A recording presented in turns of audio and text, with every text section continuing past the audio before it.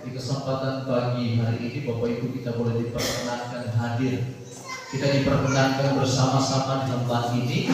Saya percaya bahwa kesempatan ini bukanlah kesempatan biasa-biasa yang kita lewati, tapi adalah kesempatan yang terbaik yang kita lewati semua karena kemurahan Tuhan. Kesempatan yang kita miliki hari ini adalah kesempatan yang baik. Bapak Ibu, anak sekolah itu bisa ambil bagian dan mungkin tolong dipersiapkan tempatnya. Tolong penarik siapkan bantu Ibu Melty menyiapkan persiapan di sana. Baik, firman Tuhan yang datang melawat dan menolong kita. Saya mengajak kita membaca bagian satu kebenaran firman Tuhan, yaitu dalam kitab 1 Samuel pasal yang pertama ayat yang ke-11 saja. Firman Tuhan yang kita baca, mari kita akan buka bersama-sama. Pembacaannya terambil di dalam kitab 1 Samuel pasal yang pertama ayat yang ke-11 saja. Kita akan baca firman Tuhan ini secara bersama-sama,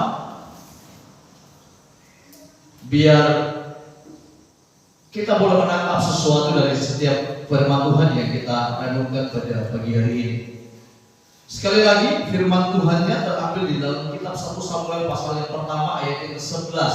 Kalau sudah ketemu dan kita akan baca bersama-sama dalam hitungan 3, kita akan baca di dalam nama Yesus 1, 2, 3. Kemudian berdasarlah ia katanya, Tuhan semesta alam, jika sungguh-sungguh engkau memperhatikan sengsara hambamu ini dan mengikat kepadaku dan tidak melupakan hambamu ini, tetapi memberikan kepada hambamu seorang laki-laki, anak laki-laki, maka aku akan memberikan dia kepada Tuhan untuk seumur hidupnya, dan pisau cukur tidak akan menyentuh kepalanya.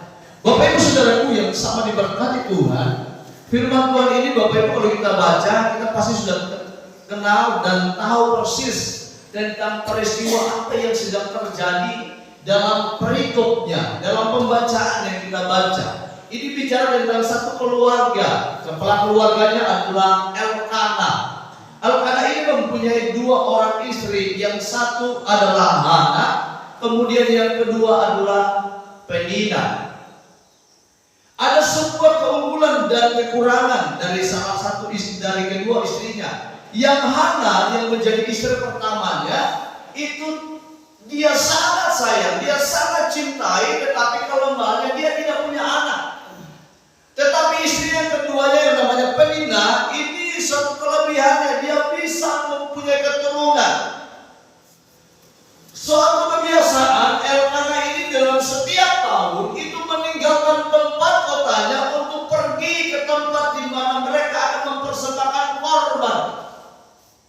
Mempersembahkan korban sembelihan kepada Tuhan. Mereka ini satu keluarga ini pergi di sana mempersembahkan korban, kemudian makan bersama di sana dengan penuh sukacita.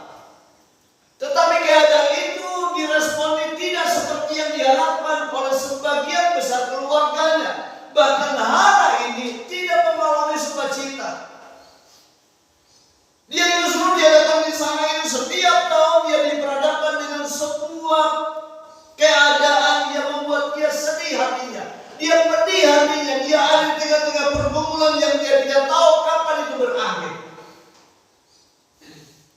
Saudara, dengan firman Tuhan yang Bapak Ibu kita dengar bersama-sama, saya memberikan sebuah tema adalah penyerahan total kepada Tuhan. Penyerahan total kepada Tuhan. Hana ini adalah seorang perempuan yang mandul dan sangat merindukan anak. Orang yang mandul yang bagi tradisi Yahudi, orang yang tidak mempunyai keturunan itu ada sebuah konteks pengertian bahwa mereka adalah orang yang terkutuk. Orang yang tidak dicintai Tuhan. Mungkinkah ada sebuah kutukan yang sedang terjadi buat Hana sehingga dia tidak mempunyai keturunan? Tapi di konteks ini Bapak Ibu bukan seperti itu. Memang Tuhan lagi sedang menutup kandungannya. Dan waktu keadaan seperti itu Bapak Ibu Saudaraku yang dikasihi Tuhan, ia datang kepada Tuhan dan bernasar dan dia bernasar sama Tuhan, jika Tuhan kasih dia anak laki-laki, dia sesungguhnya dia akan persembahkan, dia menyerahkan anak itu kepada Tuhan. Bapak Ibu, jika doanya dikabulkan, Tuhan akan menjawab doanya, dan anak itu yang menjadi yang kita kenal, yang kita hari ini kenal, tahu persis tentang anak yang diminta itu adalah Samuel. Dia akan kembalikan kepada Tuhan. Bapak Ibu, kenapa saya memberikan tema penyerahan total kepada Tuhan? Karena kerinduannya dia, pokok doanya, pergumulannya dia itu dia minta. Tapi ketika Tuhan menjawab, dia justru sebaliknya, dia berikan kepada Tuhan. Makanya saya dengan membaca ayat ini, Bapak Ibu, saya memberikan sebuah tema. Ini sebuah hal yang luar biasa yang dimiliki oleh seorang Hana. Dia hidup di hadapan Tuhan bukan cuma hidup begitu saja, dia bukan hidup biasa-biasa saja. Di dalam kemandulannya dia komitmen bernasar sama Tuhan. Kalau Tuhan beri aku anak keturunan seorang anak laki-laki, akan kupersembahkan itu sama Tuhan. Ini membuktikan, menggambarkan bahwa dia minta, tapi dia justru juga sebaliknya dia kasih ke Tuhan. Ada banyak di antara kita, kebanyakan kita rindu supaya doa-doa kita dijawab. Ketika kita dijawab oleh Tuhan, kita menjadi bersyukur dan bangga punya Tuhan yang menjawab doa, tetapi enggan kita mempersembahkan kembali kepada Tuhan. Ada banyak di antara kita, banyak orang percaya mengikuti sebuah komitmennya di hadapan Tuhan. Ketika Tuhan jawab, dia akan bersyukur kepada Tuhan. Tetapi syukur yang dia Hana persembahkan ini bukan cuma pesta, tapi justru anak yang dia minta, yang dikasih Tuhan itu dia kembali kasih ke Tuhan. Ini Bapak Ibu tidak mudah. Di level ini adalah level yang sangat luar biasa. Dan saya mau sebutkan ini adalah sebuah penyerahan total anak kepada Tuhan. Dia menyerahkan kepada Tuhan. Ada 3 hal penting Bapak Ibu yang mencari pembelajaran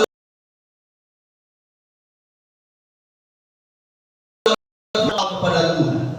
Penyerahan dimulai dari hati yang hancur, hati yang pedih, hanya sambil menangis terseduh-seduh.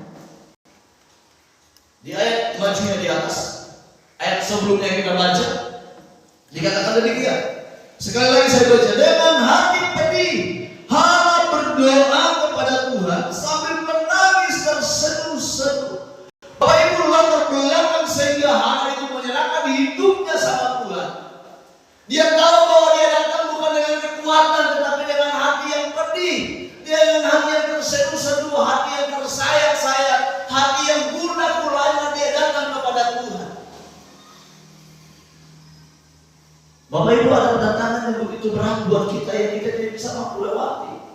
Jangan datang dengan kekuatanmu, Bapak Ibu, tapi datang dengan sebuah hati yang penuh dengan kerendahan hati. Anggap kita tidak punya apa-apa.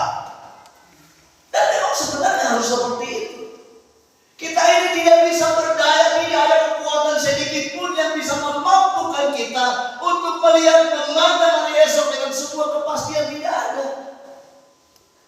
Hanya pertolongan Tuhan.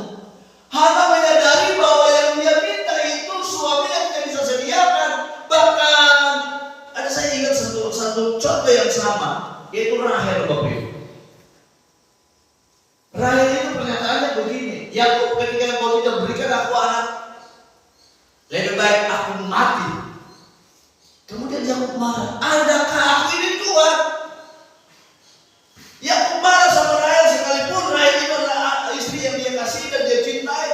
Tetapi permintaan Rahel ini terlalu luar biasa. Sehingga Yakub bilang, adakah aku ini Tuhan? Sehingga aku bisa berbuat seperti yang kau minta.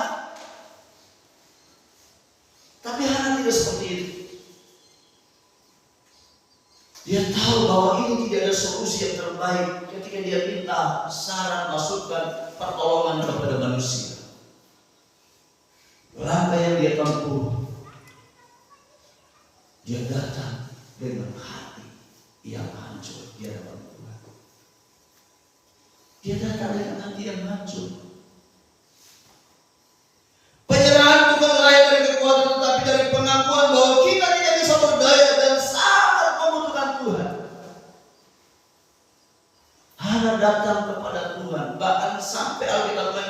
doanya itu tidak beraturan.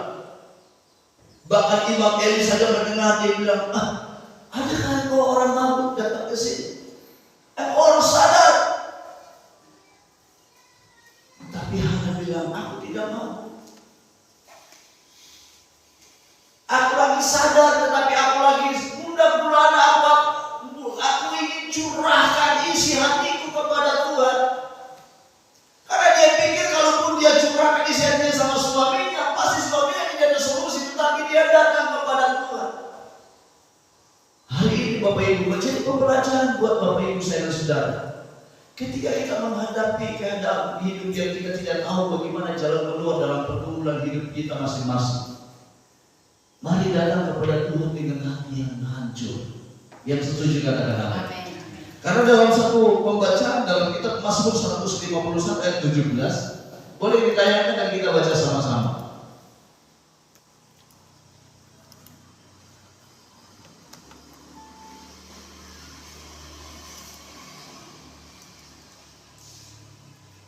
Mazmur 151 ayat yang ke-17.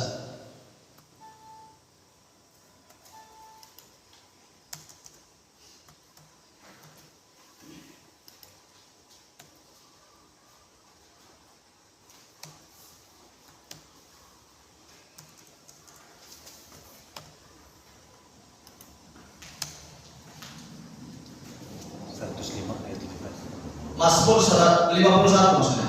Mazmur 51 ayat yang ke-17.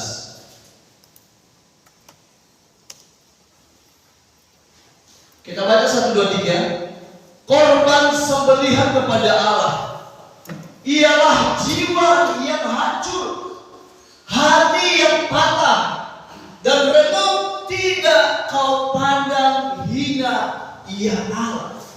Rupanya Mazmur ini menanggapi bahwa korban sembelihan itu yang dalam bentuk hewan ternak dan lain sebagainya sebenarnya itu tidak terlalu dipandang oleh Tuhan. Tetapi justru sebaliknya, jiwa yang hancur, hati yang patah dan remuk, tidak dia pandang hina atau dia tidak pandang sebelah mata, tidak. Dia pandang dengan kacamatanya dia. Jadi hati yang remuk dan hana melakukan itu dalam hidup. Dia mandul, dia tidak punya anak, dia tidak memiliki anak. Mungkin hari ini kita dikaruniai anak, tidak. Mungkin kita dikaruniai anak, tetapi mungkin kita mandul mengalami kegersangan, apa yang kita rindukan kita tidak pernah dapatkan. Kita sedang mandul, Bapak Ibu. Kita sedang tidak menikmati berkat penyertaan, berkat penuntunan Tuhan. Kita sedang tidak mengalami genggaman tangan Tuhan. Itu kita sedang mandul, Bapak Ibu. Orang yang mandul ini tidak ada gaya hidupnya. Dia mungkin berpikir anak ini, dia mungkin berpikir apa tujuan hidupku karena saya tidak punya generasi selanjutnya. Saya istri pertama, kemudian saya tidak punya keturunan. Dia berharap supaya dia bisa memiliki anak. Gimana caranya Bapak Ibu? Penyerahan total kepada Tuhan dalam bentuk hati yang hancur. Hati hancur kepada manusia, Bapak Ibu, kita cuma dipandang sepele. Mungkin cuma sebatas didengar. Tapi kalau hati yang hancur di hadapan Tuhan, Bapak Ibu, dia sudi mendengar. Firman Tuhan bilang, hati yang remuk dan patah tidak kau pandang hina ya Allah.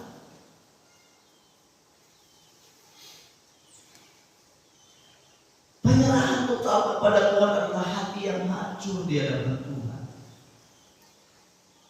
Apapun yang Bapak Ibu miliki,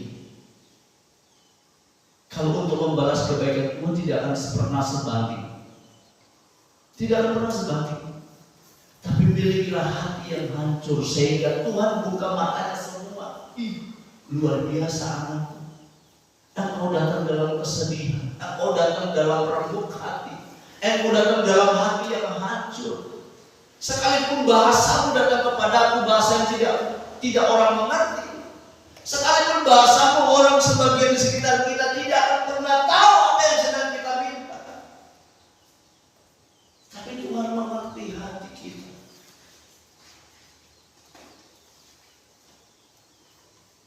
Saya tidak temukan di situ ayat yang menjelaskan bahwa anak ini menangis dan keluar ingusnya. Saya tidak temukan, tetapi mungkin gambarannya bisa seperti itu. Hati yang hancur, tidak memperdulikan orang mau ngomong apa, tapi dia hancur di hadapan Tuhan. Tuhan bilang, orang seperti itu, dia tidak pandang hina.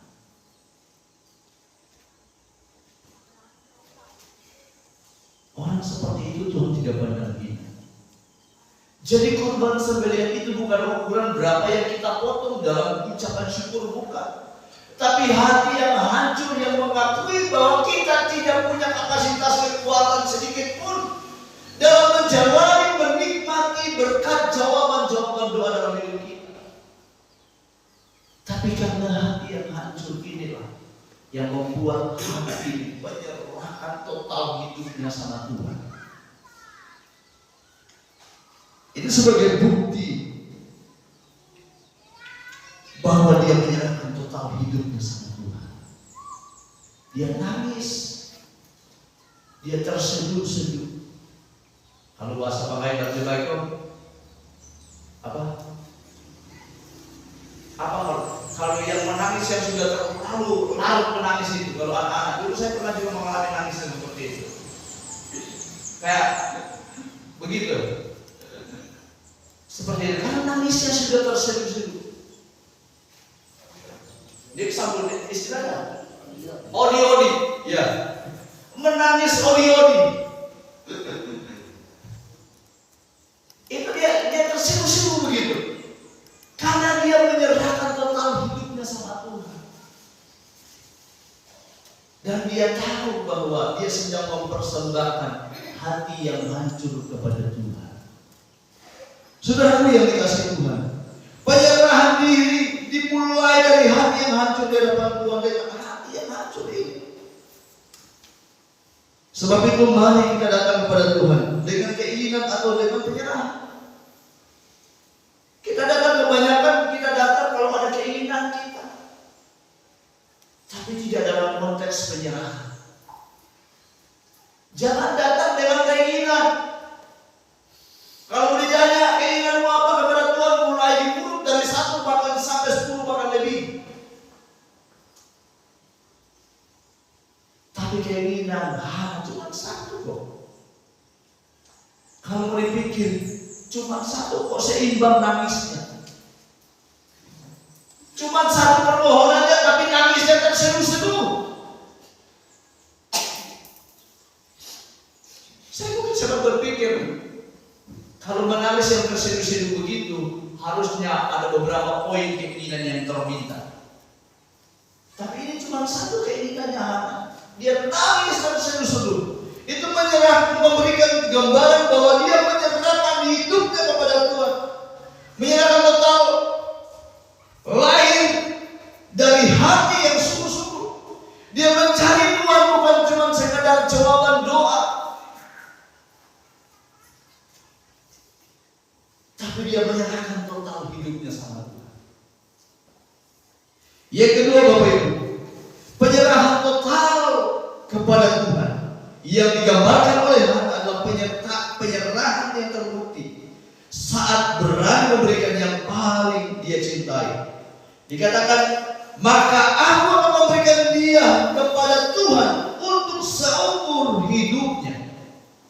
Bapak Ibu, inilah yang saya sebutkan tadi dari awal. Ada banyak orang ketika datang sama Tuhan, minta ke Tuhan, kemudian Tuhan jawab, dia enggan kembali memberikan kembali kepada Tuhan, karena dia tahu bahwa jawaban doanya sudah dijawab.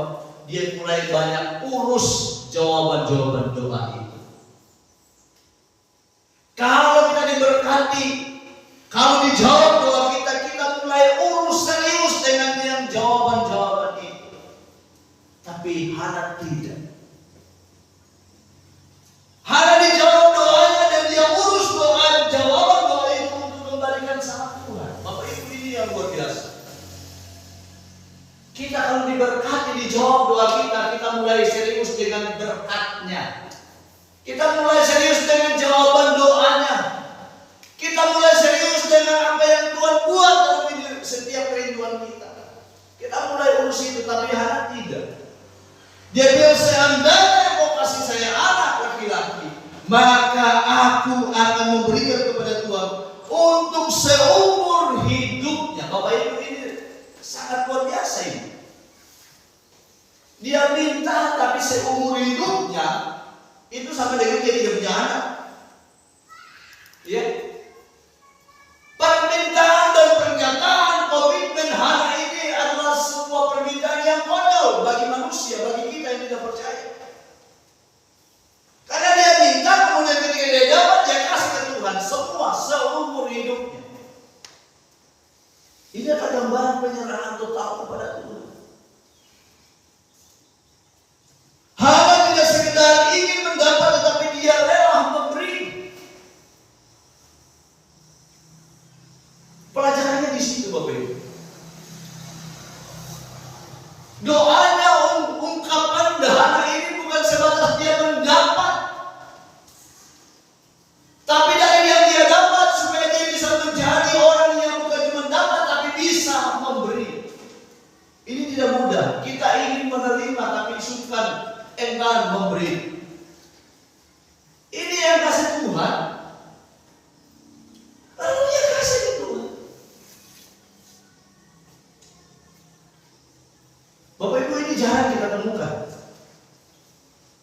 Jarang kita temukan. Kita akan mungkin berdoa, Tuhan berkati saya supaya besok saya bisa diberkati dengan hasil-hasil yang luar biasa. Kemudian ketika hasilnya banyak, kita mulai lupa bahkan. Mungkin memberinya bukan dalam bentuk hasil yang kita berikan, tetapi kita lupa bersyukur datang setia sama Tuhan. Saudara, saya melihat ada banyak orang rindu diberkati dalam berbagai usaha yang dia dikerjakan. Tapi ketika dia diberkati, itu lebih bahaya. Dia lebih serius dengan berkatnya Tuhan. Dan ini bahaya sekali. Kalau kita ada di level itu, Bapak Ibu, hati-hati, kita tidak dipercaya banyak. Karena kita bukan orang yang komitmen dengan Tuhan. Kita itu sama dengan orang yang ambil untung dengan Tuhan, tapi kita tidak pernah menguntungkan Tuhan. Jangan seperti itu, Bapak Ibu. Kalau kita diberkati, mari kita juga tidak enggan. Jangan sampai enggan memberi. Hana dijawab doanya, tapi justru jawabannya dia kembali rela memberi. Bapak Ibu, inilah sikap orang yang menyerahkan hidup totalnya kepada Tuhan. Dia mengabdi total sama Tuhan. Dia minta, tapi dia memberi. Kita kebanyakan banyak suka mintanya, tapi susah memberi. Darahku yang dikasih Tuhan, apakah kita hari ini kita hanya kebanyakan ingin diberkati, atau kita juga bisa bersedia memberi yang kita miliki?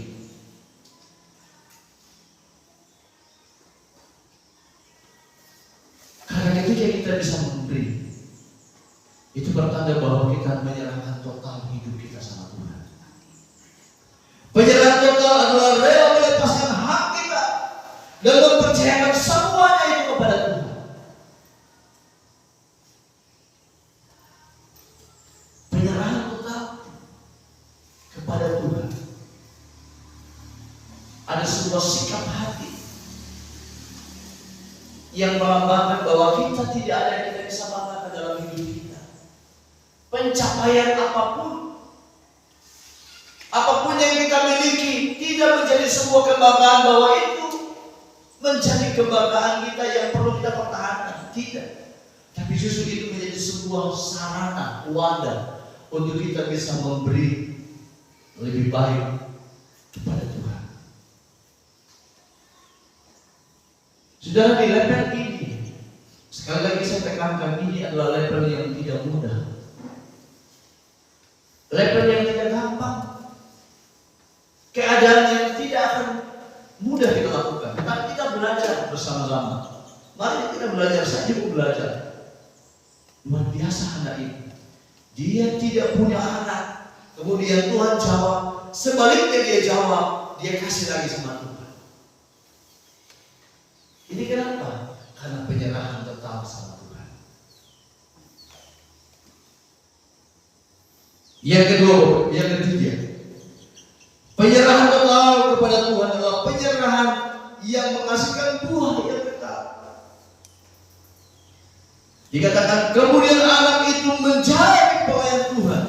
Di 1 Samuel 2 ayat 11. Anak itu menjadi pelayan Tuhan. Maknanya adalah penyerahan dari Samuel ini tumbuh menjadi alat Tuhan yang besar bagi bangsanya. Kita semua kenal Raja Saul, Raja Daud. Itu diteguhkan, diurapi menjadi Raja Israel. Itu atas anak Hana yaitu Samuel. Dia nabi besar, nabi yang dikenal oleh bangsa Israel pada waktu itu.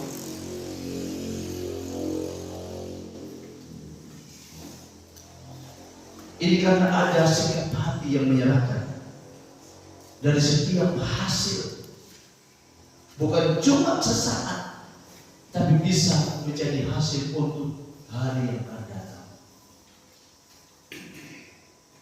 Orang yang menyerahkan hidupnya total kepada Tuhan, jawabannya tidak langsung dapat minggu depan, tidak. Mari hari-hari ini Bapak Ibu, mari buka cara berpikir kita, bahwa apa yang kita lakukan hari ini harus bisa jadi berkat untuk 5 tahun, 10 tahun, bahkan sampai bertahun-tahun. Jadi berkat buat orang lain. Tindakan Hana, dia menyerahkan Samuel seumur hidupnya sama Tuhan. Itu keuntungannya bukan cuma dia, tetapi jadi berkat buat bangsa Israel. Hari ini Bapak Ibu, apa yang kita bisa persembahkan yang bisa jadi berkat bukan cuma berlaku 1 tahun. Kita harus pastikan bahwa yang kita tabur hari ini akan menghasilkan hasil yang mungkin 5 tahun ke depan.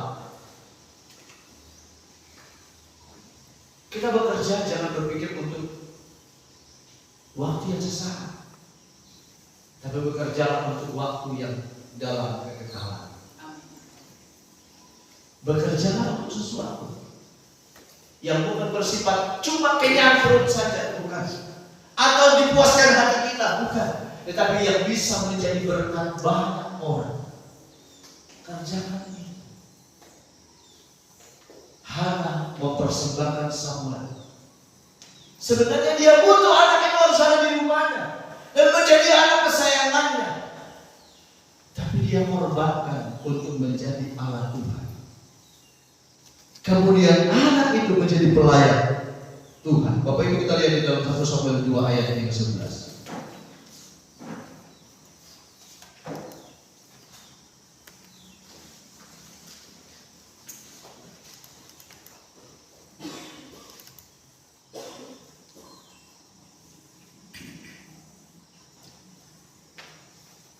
Kita baca sama-sama 1, 2, 3. Lalu kuranglah Elkanah di Rama, tapi anak itu menjadi pelayan Tuhan di bawah pengasuhan Imam Eli. Ya.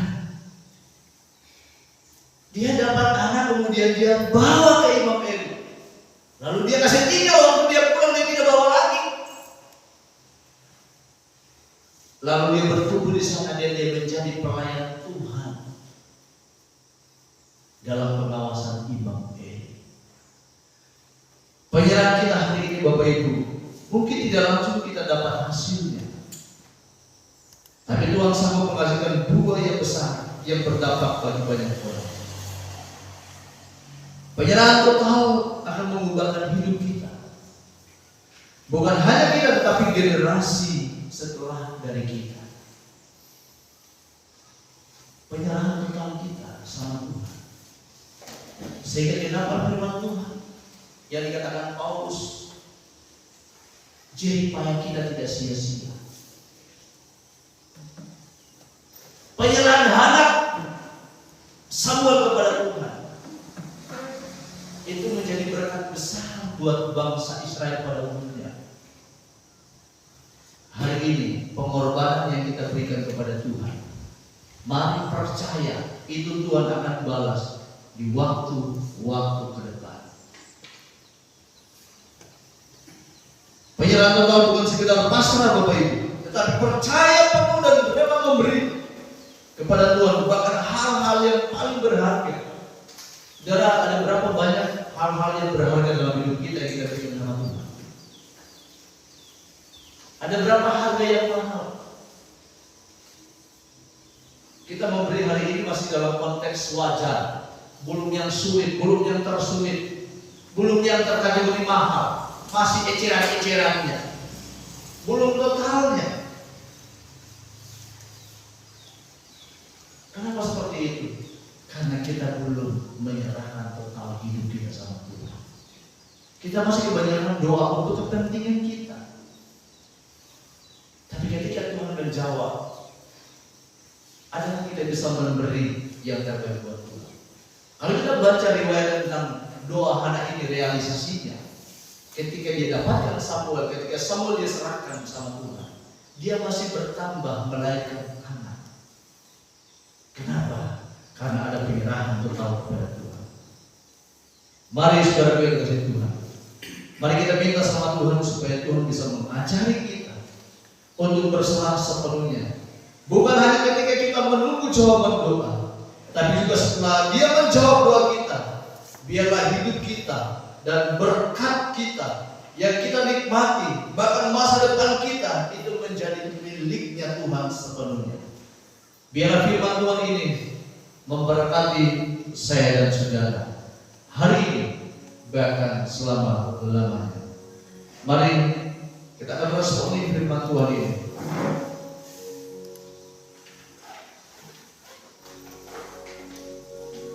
Kita akan satu pujian yang kita